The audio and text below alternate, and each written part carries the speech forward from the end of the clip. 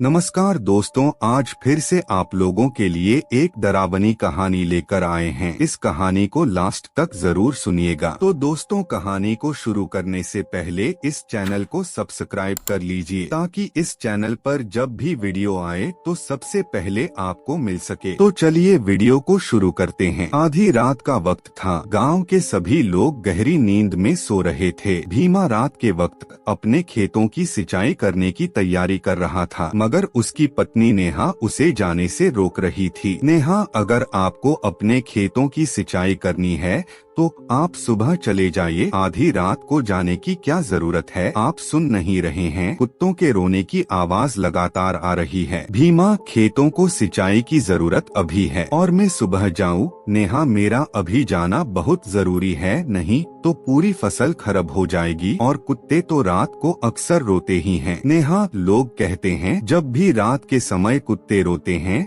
तो उस जंगल के पुराने खंडर के आसपास कुछ अपशगुन जरूर होता है और लोग रहस्यमयी तरीके से लापता हो जाते हैं, जिनका फिर कुछ पता नहीं चलता। भीमा, तुम भी न नेहा, हद करती हो, मैं इन बातों को नहीं मानता। नेहा, नहीं जी, आप मेरा कहना मानिए, आप आज मत जाइए, मुझे कुछ सही नहीं लग रहा। भीमा, मुझे मत रोको नेहा, मैं अकेला नहीं जा रहा, अपने दोस्त रमेश को भी साथ ले जा रहा हूँ। इतना कहकर भीमा चला गया। सर्द रात में रमेश और उसका दोस्त भीमा खेतों की सिंचाई करने पहुंच गए। ठंड अपने पूरे सबाब पर थी। उन दोनों ने सर्दी से बचाव के लिए आग जला ली थी। वो दोनों उस मनहूस खंडर से ज्यादा दूरी पर नहीं थे। अचानक उन दोनों के कानों में एक दिल दहलाने वाली चीख सुनाई दी। चीख किसी औरत की थी। चीख सुनकर रमेश के तन बदन में डर की एक लहर सी दौड़ गई। रमेश डरते हुए, भीमा, तुमने कुछ सुना? भीमा, जो अपने नाम की तरह लंबा तगड़ा युवक था, और बोला, भीमा, हाँ, मैंने भी वो चीख स्पष्ट सुनी है जो उस खंडर की तरफ से आई है। तभी अचानक फिर से बचाओ बचाओ के साथ चिल्लाने और रोने की आवाजें फिर से सुनाई दी। ये सब सुनकर दोनों चिंतित हो गए। अचानक मन में कुछ निश्चय कर भीमा ने हाथ में लाठी उठा ली और खंडहर की ओर चल दिया। रमेश, ये क्या पागलपन कर रहे हो भीमा? हमें यहाँ से चलना चाहिए, मुझे कुछ गड़बड़ लग रही है और मैं तो वैसे भी आज रात आने के लिए मना कर रहा था, सिर्फ तेरी वजह से यहाँ आया हूँ। भीमा, चल हट डरपोक कहीं का, जरा सोच कर देख, अगर कोई अवला सच में वहाँ पर खतरे में हो तो क्या हम उसकी सहायता न करें? उसे यूं ही छोड़ दें क्या, वहाँ मरने के लिए? भीमा के इस सवाल से रमेश चुप हो गया और भीमा भागते हुए थोड़ी ही देर में उस भयानक जंगल में घुस गया। थोड़ी देर बाद ही वो दोनों ही घने जंगल के बीचों बीच खड़े थे। घने कोहरे में वो दोनों आंखें फाड़ फाड़ कर देखने का प्रयत्न कर रहे थे। इतनी देर में ही एक बार फिर उस औरत की चीखें उन दोनों के कानों में पड़ी। भीमा और रमेश चीख की दिशा में भागने लगे। वो दोनों थोड़ी ही दूर पहुँचे थे कि तभी सामने से कोई बड़ी तेजी से भागा आया और सीधा भीमा से आकर टकरा गया और वो धड़ाम से जमीन पर जा गिरा। उससे टकराने वाली एक औरत थी। डर के मारे वो भीमा से लिपट सी गई और चीखते हुए कह रही थी, मुझे बचा लो, मुझे बचा लो, वो मुझे मार डालेंगे, बचा लो मुझे। इतना कहकर वो भीमा की बाहों में ही अपने होशो हवास खो बैठी और बेहोश हो गई। भीमा उसकी खूबसूरती देखकर अपनी सूझबूझ खो बैठा और रमेश की तरफ देखते हुए बोला, भीमा, जा जल्दी से पानी लेकर आ, क्योंकि इसे होश में लाना जरूरी है। रमेश, होश में आ भीमा, मुझे कुछ ठीक नहीं लग रहा, जरा गौर कर, यहाँ इस औरत के अलावा और कोई इंसान मुझे मौजूद नहीं दिख रहा। भीमा, ठीक है, अगर तू नहीं जाएगा तो फिर मैं ही चला जाऊंगा। रमेश, ठीक है, मैं जाता हूँ। रमेश पानी लेने वहाँ से चल पड़ा। वहाँ से थोड़ी दूर ही वो मनहूस खंडर मौजूद था, जिसके पास ही एक पुराना कुआं था। रमेश उस कुएं के पास जैसे ही पहुँचा, अचानक उस खंडर से सैकड़ों घुंघरों की आवाजें आने लगी और देखते ही देखते वो खंडर रोशनी से जगमगा उठा। अचानक रमेश के कानों में भीमा की दिल दहलाने वाली चीखें सुनाई दी। रमेश तुरंत भीमा की तरफ दौड़ने लगा, मगर जैसे ही वो भीमा के नजदीक पहुंचा तो सामने का मंजर देखकर उसके रोंगटे खड़े हो गए। उसके सामने एक बेहद डरावने काले चेहरे वाली औरत खड़ी थी और भीमा की मृत खून से लथपथ लाश जमीन पर पड़ी हुई थी। देखते ही देखते उस भयानक दिखने वाली काली चमड़ी वाली औरत ने भीमा के मृत शरीर से मांस खाना शुरू कर दिया। ये देखकर रमेश की चीख निकल गई। रमेश के भागने से पहले ही अचानक रमेश को काली परछाइयों ने घेर लिया। उन सबके चेहरे बेहद भयानक थे। अचानक वो काली चमड़ी वाली औरत उड़ते हुए रमेश के सीने पर बैठ गई। रमेश की एक दिल दहला देने वाली चीख सन्नाटे को चिर गई। दूसरे दिन भीमा और रमेश के लापता होने की खबर जंगल में आग की तरह फैल गई। गांव के एक व्यक्ति ने मुखिया जी से पूछा, मुखिया जी अब बस बहुत हो गया। जब जब इस गांव में कुत्ते रोते हैं तब तब कुछ अवशगुन होता है। यहाँ के रहने वालों के गायब होने की वारदातें